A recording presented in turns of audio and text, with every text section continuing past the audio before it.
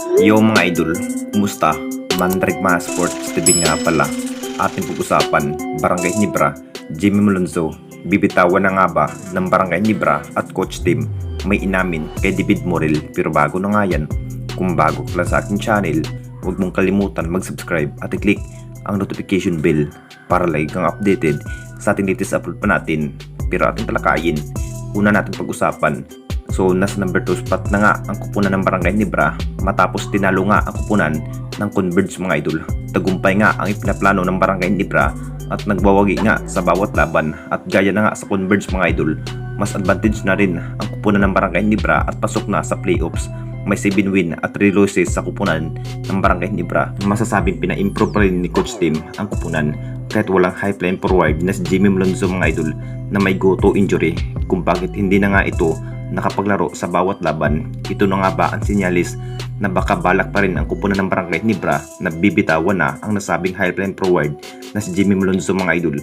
Sa naging performance nga ni Jimmy Malonzo mga idol, masasabing mas maganda pa rin na magpaparecover sa kanyang go-to injury, dahil mas lumala pa rin kung ipinaglaro pa nga ba ito ng Barangay Ginebra.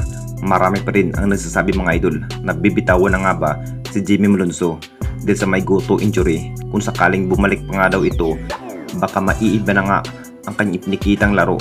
Pero sa naging lagay nga ni Jimmy Malonzo mga idol, talagang hindi na nga ito pakawalan pa ng Barangay Ginebra, at lalo na malaking halaga pa rin si Jimmy Malonzo at isa pa rin sa malaking maambag sa kupunan ng Barangay Ginebra sa bawat laban. At dito na naman tayo sa isa pa nating balita. Coach team may inamin kay David Morel.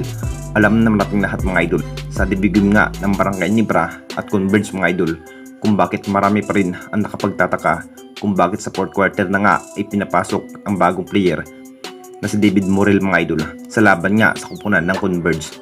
Nakita naman nating lahat mga idol, masasabing panandalian lang si David Morel mga idol nakapaglaro sa bawat laban.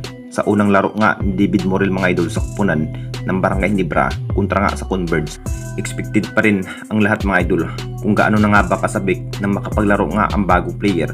Sa sinabi nga ni coach team mga idol, alam naman nating lahat bago pa lamang si David Morel mga idol sa kupunan ng Barangay Ginebra kung bakit hindi na nga ito nabibigyan ni coach team na makapaglaro nga sa loob ng basketball court, dahil hindi pa rin kabisado ni David Morel sa bawat role nga sa kupunan ng Barangay Ginebra. Mas maiinsayo pa rin ni coach team si David Morel para makabisado nga ang kupunan ng Barangay Ginebra. May katangkaran na nga ito bilang forward pamalit nga kay Jimmy Malonzo mga idol sa posisyon.